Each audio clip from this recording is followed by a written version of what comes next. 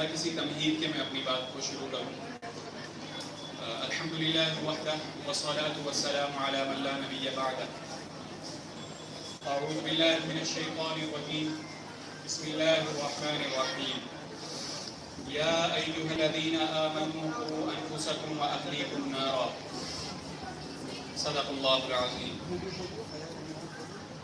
قال النبی صلی اللہ علیہ وسلم کلکم راع وکلکم مسئول عن رعیتہ، وصدق رسولہ النبی الکریم۔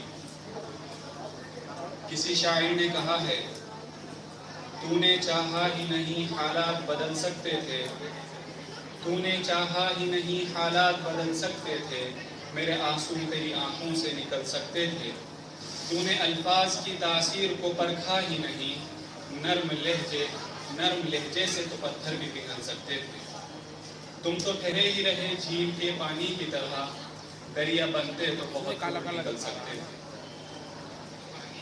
محترم خواتین حضرات، یہ اللہ نے آج ہمیں موقع دیا اور جس موضوع کو لے کر مجھے ذمہ داری دی گئی وہ دراصل خواتین کا اسلام میں کردار، لیکن وقت کی نزاکت کو دیکھتے ہوئے میں نے اس کو تقریباً 4 قسموں میں اس کو جو ہے میں نے تقسیم کیا، جس میں سب سے پہلا جو ہمارے سامنے موضوع ہے وہ ہے سماج کی اصلاح میں خواتین کا کردار، مثبت کردار، یعنی ہمارے معاشرے کے اندر، ہمارے کلچر کے اندر خواتین کا پازیٹیو جو کردار ہے وہ کیا ہے۔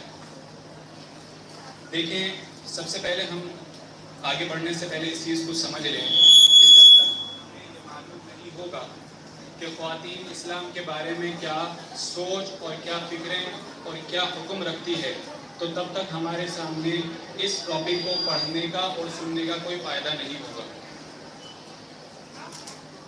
اسلام نے عورت کو جتنے اور جیسے حقوق دیے ہیں اور آج نہیں بلکہ 1400 سال پہلے دے چکا ہے، اس کی ایک جھلک بھی اگر جو عورتوں کے علم بردار یعنی اپنے آپ کو ذمہ دار مانتے ہیں، اگر وہ اس کو اٹھا کر دیکھ لیں تو حیرت زدہ ہوئے بغیر نہیں رہ سکتے۔ اسلام نے پستیوں میں گری اور کچلی ہوئی عورت کو اٹھا کر عملاً ایک اعلیٰ مقام پر فائز کیا ہے۔ سماج کی اصلاح میں عورتیں ایک بہتر اور مثبت کردار ادا کر سکتی ہیں، یہ اسلام نے عملاً ثابت کر کے دکھایا ہے۔ عورت کو بحیثیت بیٹی رحمت کہا گیا، اس کی پرورش میں برابری کا حکم دیا گیا، بچیوں کی تعلیم اور تربیت کے لیے یکساں ہدایت اور اس پر عمل کرنے پر جنت کی بشارتیں دی گئیں۔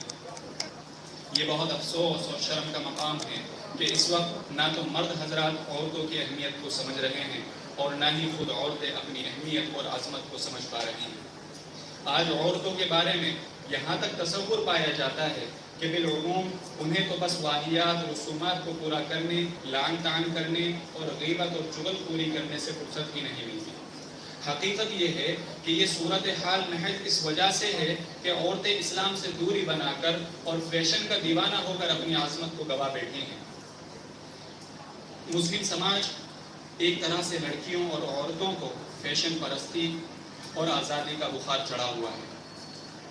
آزادی کے نام پر فحاشی اور عریانیت کو پھیلانے کی ہوڑ لگی ہے، حالانکہ موجودہ روش کو بہتر بنانے اور اپنے کھوئے ہوئے مقام کو واپس پانے کے لیے مسلم لڑکیوں اور عورتوں کو چاہیے کہ اپنی عزت اور عظمت کو پہچانیں اور دینداری کو اپنائیں، اسلامی طور طریقوں کو سیکھیں اور ان پر عمل کرنے کی کوشش کریں، غیر شرعی رسومات اور گالی گلوچ اور لڑائی جھگڑوں سے دور رہیں، فحش گوئی نہ کریں یعنی غلط بات نہ کریں، اور نہ ہی غیر ذمہ دارانہ زندگی بسر کریں، اپنی ذمہ داریوں کو اور فرائض کا خیال رکھیں، دینی تعلیم اور تربیت حاصل کریں۔ عورتوں کی عزت اور عظمت اور صالح معاشرے کی تشکیل کے لیے پردے کی بڑی اہمیت ہے۔ بے پردگی اور بے حیائی بہت گندی بات ہے۔ نبی کریم صلی اللہ علیہ وسلم بھی بہت شرم حیا والے تھے اور آپ صلی اللہ علیہ وسلم نے دوسروں کو بھی اس کا درس دیا۔ ایک حدیث میں آتا ہے کہ حضرت ابو سعید خدری کا بیان ہے کہ آپ صلی اللہ علیہ وسلم پردہ والی کماری لڑکیوں سے بھی زیادہ باحیا تھے۔ جب کوئی بات ایسی دیکھتے جو آپ صلی اللہ علیہ وسلم کو ناگوار گزرتی تو ہم لوگوں کو آپ صلی اللہ علیہ وسلم کے چہرے سے معلوم ہو جاتا۔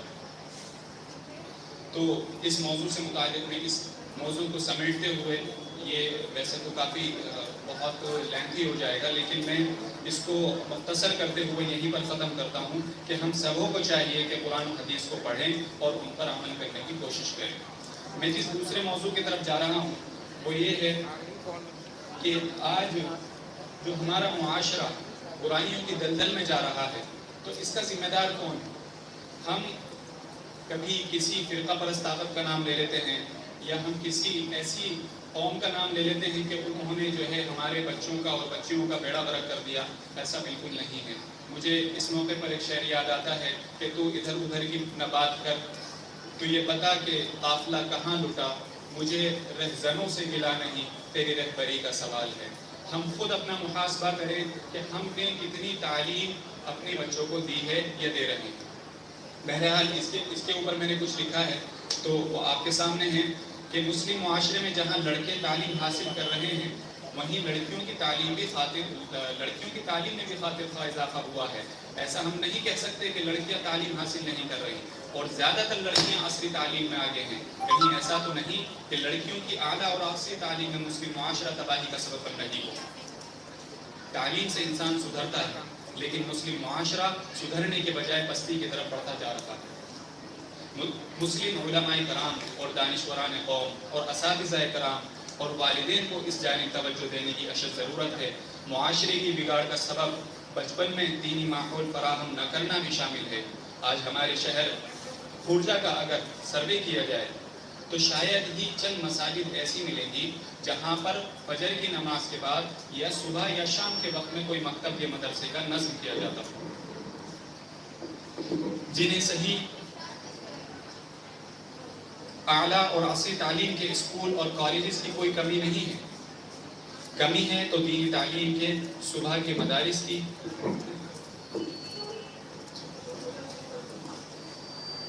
کمی ہے تو دینی تعلیم کے صبح کے مدارس کی، کمی ہے تو ادب اور اخلاق کی تعلیم کی۔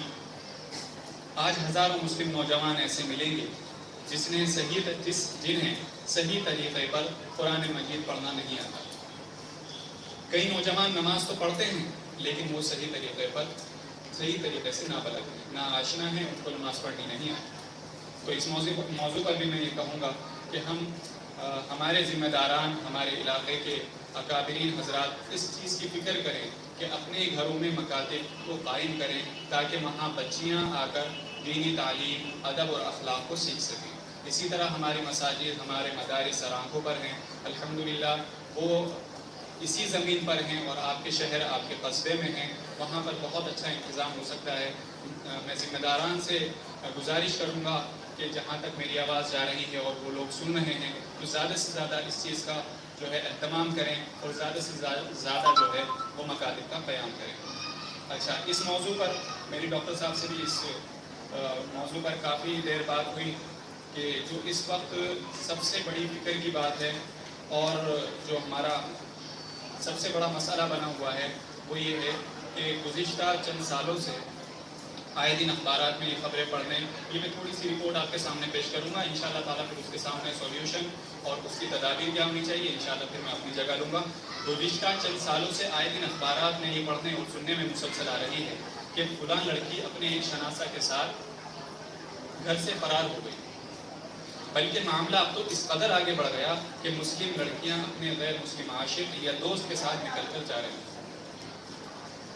ملک کے مختلف علاقوں سے یہ روح فرسا خبریں مسلسل آ رہی ہیں کہ مسلمان لڑکیاں غیر مسلم لڑکوں سے شادی کر رہی ہیں اور اپنا دین اور ایمان اور ضمیر اور حیا بیچ کر اپنے خاندان اور اپنے سماج اور معاشرے پر بدنامی کا داغ لگا رہی ہیں۔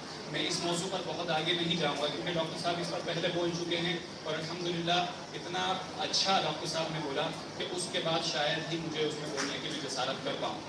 لیکن ہم اس میں، تاکہ جب ہمارے سامنے کوئی رپورٹ یا کوئی کہیں کا واقعہ سامنے ہوتا ہے تو اس پر ہمیں عمل کرنا اور اس کو سوچ کر اس پر کام کرنا ہمارے لیے آسان ہو جاتا ہے۔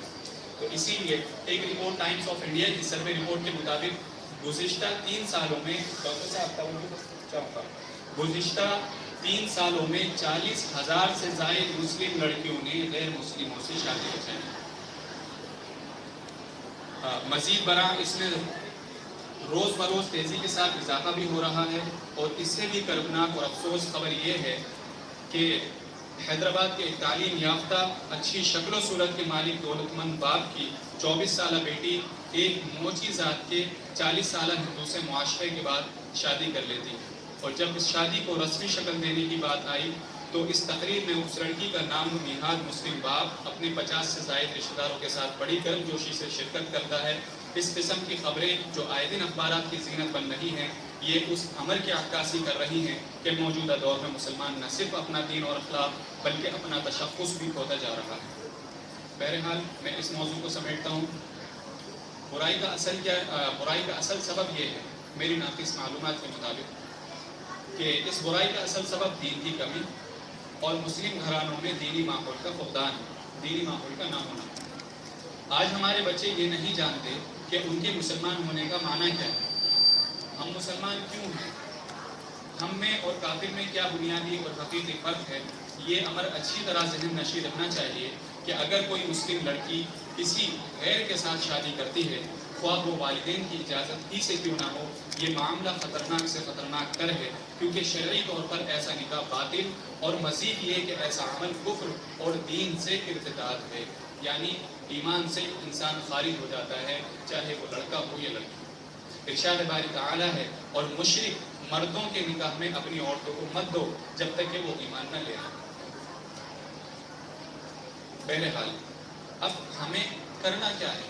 یہ ساری صورتحال تو ہمارے سامنے ہیں، ہماری اسلامی خواتین کا کردار بھی آپ نے سن لیا اور آپ نے پڑھا بھی ہوگا۔ ہمارے سامنے اب جو چیلنجز ہیں، ہم اس کو کیسے اپنی زندگی کے اندر لائیں اور ان فتنوں سے کیسے بچا جا سکے۔ میری ناقص رائے یہ ہے کہ مندرجہ ذیل احتیاطی تدابیر پر اگر عمل کیا جائے تو انشاءاللہ تعالی یہ بدلاؤ ضرور آئے گا۔ نمبر 1، اسلامی نظام کے مطابق مسلمان بچیوں کو پردے کا پابند بنایا جائے۔ اسلامی نظام کے مطابق مسلمان بچیوں کو پردے کا پابند بنایا جائے، ان میں حیاداری، عفت اور عصمت کی حفاظت کا جذبہ اور عقیدہ توحید اور رسالت کی عظمت پیدا کی جائے۔ روزانہ ہمارے گھروں میں آدھے گھنٹے ہی صحیح کسی اچھی مستند اور ذہن و دل کو متاثر کر دینے والی کتاب کو پڑھا جائے۔ دوسری بات کیا ہے؟ مخلوط نظام تعلیم، کو ایجوکیشن، مخلوط نظام تعلیم سے اپنی بچیوں کو بچایا جائے، غیر مخلوط تعلیمی نظام کے قیام پر بھرپور توجہ دی جائے۔ کوشش کریں کہ جہاں بچوں کا، لڑکوں اور لڑکیوں کا اختلاط نہ ہوتا ہو، میل جول نہ ہوتا ہو، ایسے اسکول کو آپ جو ہے توجہ دیں، وہاں اپنی بچیوں کا داخلہ کروائیں۔ مخلوط نظام تعلیم سے اپنی بچیوں کو بچایا جائے، غیر مخلوط تعلیمی نظام کے قیام پر بھرپور توجہ دی جائے، اور محفوظ ماحول میں معیاری تعلیم کا انتظام کیا جائے۔ نمبر 3، جو لڑکیاں اسکولوں اور کالجوں میں پہلے سے پڑھ رہی ہیں، ان کی دینی تعلیم والا لٹریچر انہیں مطالعہ کرنے کے لیے دیا جائے۔ ٹیوشن کلاسز کے نام پر اجنبی لڑکوں سے ملنے جلنے کا موقع نہ دیا جائے۔ کسی ٹیچر یا ساتھی طالب علم کے گھر پر کسی تعلیمی ضرورت کے نام سے بھی جانے کی اجازت نہ دی جائے۔ کالج لانے لے جانے کا خود انتظام کیا جائے۔ اینڈرائڈ موبائل فون اور اسکوٹی خرید کر نہ دی جائے۔ اگر دینا ضروری ہو تو اس پر نگرانی بھی رکھی جائے، کیونکہ یہ دونوں چیزیں بے حیائی کے دروازے کھولنے والی اور عفت اور عصمت کی تباہی کے دہانے تک پہنچانے والی۔ نمبر 6، موبائل ریچارج یا زیروکس کے لیے غیر مسلموں کی دکان پر جانے کی اجازت نہ دی جائے۔